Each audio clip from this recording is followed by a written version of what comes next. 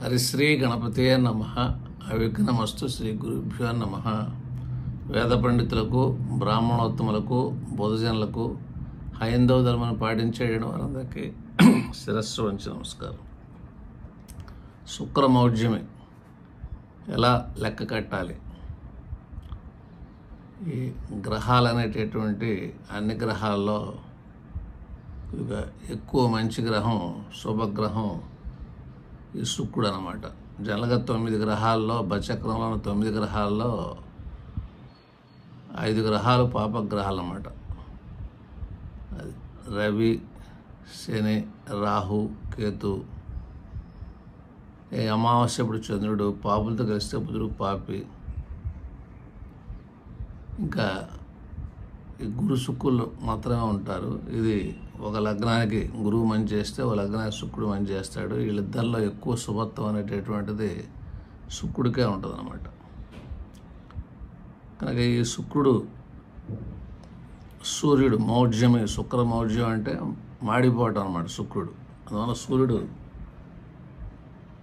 365 రోజులు 360 డిగ్రీలు ప్రయాణం చేస్తాడు. సంవత్సరానికి సూర్యుడు ప్రపంచాన్ని చుట్టేస్తాడు. శుక్రుడు కూడా సంవత్సరాన్ని చుడతాడు, కానీ 45 రోజులు ఫాస్ట్గా 45 రోజుల్లో ఒక రాశిని దాడతాడు, మళ్ళీ వెనక్కి వస్తాడు, మళ్ళీ వెళ్తుంటాడు. రిట్రాగ్రేడ్ కంబస్టన్ అని చెప్పి అంటాం అన్నమాట. ఒక్కోసారి మామూలు నార్మల్ ప్రయాణం చేస్తూ ఉంటాడు అనమాట. కనుక ఇప్పుడు ఎప్పుడైతే సూర్యుడు ఇట్లా ఉన్నారో, శుక్రుడు ఇట్లా ఒక పర్టికులర్ డిగ్రీస్ దగ్గరికి వచ్చినప్పటికీ ఆ యొక్క సూర్యుడు యొక్క వేడికి శుక్రుడు ఆ వేడి సెగ తగిలి మాడటం అనేటువంటి, కాలిపోవటం అనేది జరుగుద్ది అనమాట. అది ఇట్లా రాగానే అది ఏక డిగ్రీలో ఉన్నప్పుడు దాని ప్రభావం అనేది చాలా ఎక్కువ అనమాట. మళ్ళీ పర్టికులర్ డిస్టెన్స్ వెళ్ళిన తర్వాత ఆ మూఢం అనేటువంటి తగ్గుద్ది. సాధారణ ప్రయాణాలు చేసేటప్పుడు మనకి 10 డిగ్రీలు అనేటటువంటిది మనం లెక్కలో తీసుకుంటాం అనమాట. అంటే సూర్యుడి దగ్గరికి శుక్రుడికి మధ్యన గ్యాప్ 10 డిగ్రీస్ రాగానే మూడం స్టార్ట్ అయింది అని చెప్పి మనం లెక్క తీసుకుంటాం. మళ్ళీ శుక్రుడి నుంచి సూర్యుడు వెళ్ళిపోయేటప్పుడు ఆ యొక్క మూడమే అయిపోయింది అనుకుంటాం 10 డిగ్రీలు దాటితే. అదే కంబస్టన్ అనేటటువంటి దానిలో ఉన్నప్పుడు, అంటే రిట్రాగ్రేడ్ వక్రంలో ఉన్నప్పుడు అప్పుడు 8 డిగ్రీల్లో తేడా ఉంటుంది. ఒకే నక్షత్రంలో ఉన్నప్పుడు, ఒక రాశిలో ఒకే నక్షత్రంలో ఉన్నప్పుడు ఈ ప్రభావం అనేటటువంటిది కొద్దిగా ఎక్కువగా ఉంటుంది. ఈ సూర్యుడు శుక్రుడు రాశి మారినప్పుడు కూడా మూడం అనేటువంటిది ఉంటుంది. అప్పుడు కొద్దిగా క్యాలిక్యులేషన్లో కొద్దిగా ప్రభావాలు అనేటువంటిది కొంచెం తేడా ఉంటుంటుంది అన్నమాట.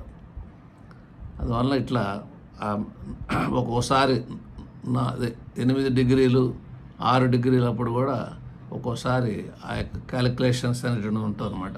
నెహ్రూ గారు ఈ పంచాంగకర్తల్ని వాళ్ళ పంచాంగాల్లో వాళ్ళకి కొంతమంది పంచాంగకర్తలు ఏంటంటే, మా పూర్వ సిద్ధాంతం ప్రకారంగా మా తాత ముత్తాతల నుంచి వాళ్ళ క్యాలిక్యులేషన్ మేము ఫాలో అవుతున్నామని చెప్పని కొందరు పంచాంగకర్తలు వాళ్ళు ఈ శుక్రమూఢం అనేటటువంటిది నవంబర్ 2025 నవంబర్ 26 విశ్వాసనామ సంవత్సరంలో నవంబర్ 26, కొందరేమన్నా 28, కొందరు 30వ తారీఖు మూడం అనేటటువంటిది ప్రకటించారన్నమాట. అది ఫిబ్రవరి 16 దాకా 18 దాకా ప్రకటించారు. కనుక అసలు ఈ కరెక్ట్ ఎఫ్మెరిస్ అంటే ఒక క్యాలిక్యులేషన్ అనేటువంటిది ఎలా చూడాలి అంటే, ఇదివరకు ఈ 1960, 1970 ఆ ప్రాంతాల్లో మేము ఒక ఎఫ్మెరిస్ క్యాలిక్యులేషన్ అని ఎఫ్మెరిస్ రాసినటువంటి బుక్స్ కొనుక్కునేవాళ్ళం. దాని ప్రకారంగా జాత చక్రాలు వేసేవాళ్ళం అనమాట. కనుక అది వరల్డ్ స్టాండ్ అనమాట ఎఫ్మెరిస్ క్యాలిక్యులేషన్.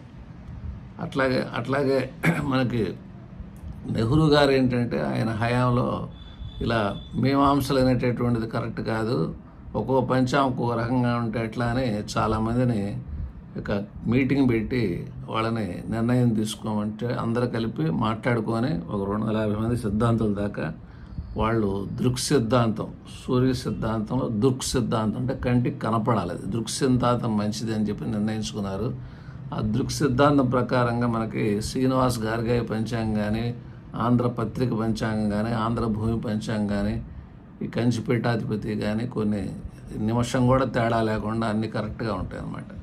ఇంకా చాలా పంచాంగాలు అది కాకినాడ కానీ రాజమండ్రి దగ్గర పండితులు, ఇంకా శ్రీకాకుళం వైపు కొందరు వాళ్ళు పూర్వ పద్ధతి ఫాలో అవుతున్నారు అన్నమాట. జనరల్గా ఇప్పుడు మనకి ఏది కరెక్ట్ అనటానికి, ఇప్పుడు సపోజ్ ఒక క్యాలిక్యులేషన్ పర్ఫెక్ట్గా ఉంటే, ఇప్పుడు సపోజ్ శ్రవణ నక్షత్రంలో పుట్టాడు, ఈ రోజున ఇన్ని గంటలకి ఇన్ని నిమిషాల్లో పుట్టాడంటే ఎంత దశ వస్తుంది అనేటటువంటిది అది కరెక్ట్.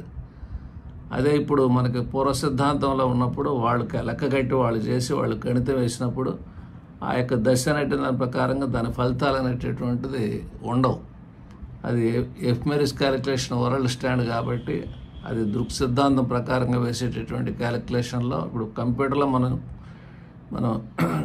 జాతచక్రం అనేటటువంటి పరిశీలన చేసేటప్పుడు అది పర్ఫెక్ట్గా వచ్చేస్తాం అన్నమాట. అందువల్ల ఇక్కడ ఈ మీమాంసలు అనేటువంటిది అది ఉన్నా కూడా ఏది కరెక్ట్ అనేటటువంటి దానిలో మనకి అసలు పర్ఫెక్ట్గా అయ్యేటట్టయితే మనకి ఈ శుక్రుడు మూడమే, అది డిసెంబర్ 8వ తారీఖున సోమవారం మధ్యాహ్నం 11 గంటల 2 నిమిషాలకి అది స్టార్ట్ అవుతుంది అన్నమాట. మూడమే డిసెంబర్ 8 సోమవారం మధ్యాహ్నం 11:02. ఎప్పుడు ఎండ్ అయిపోద్ది మూడమే అంటే ఫిబ్రవరి 6వ తారీఖు 2026 శుక్రవారం మధ్యాహ్నం 1:46కి ఆ శుక్రమూఢం అనేటువంటిది అయిపోద్ది అన్నమాట.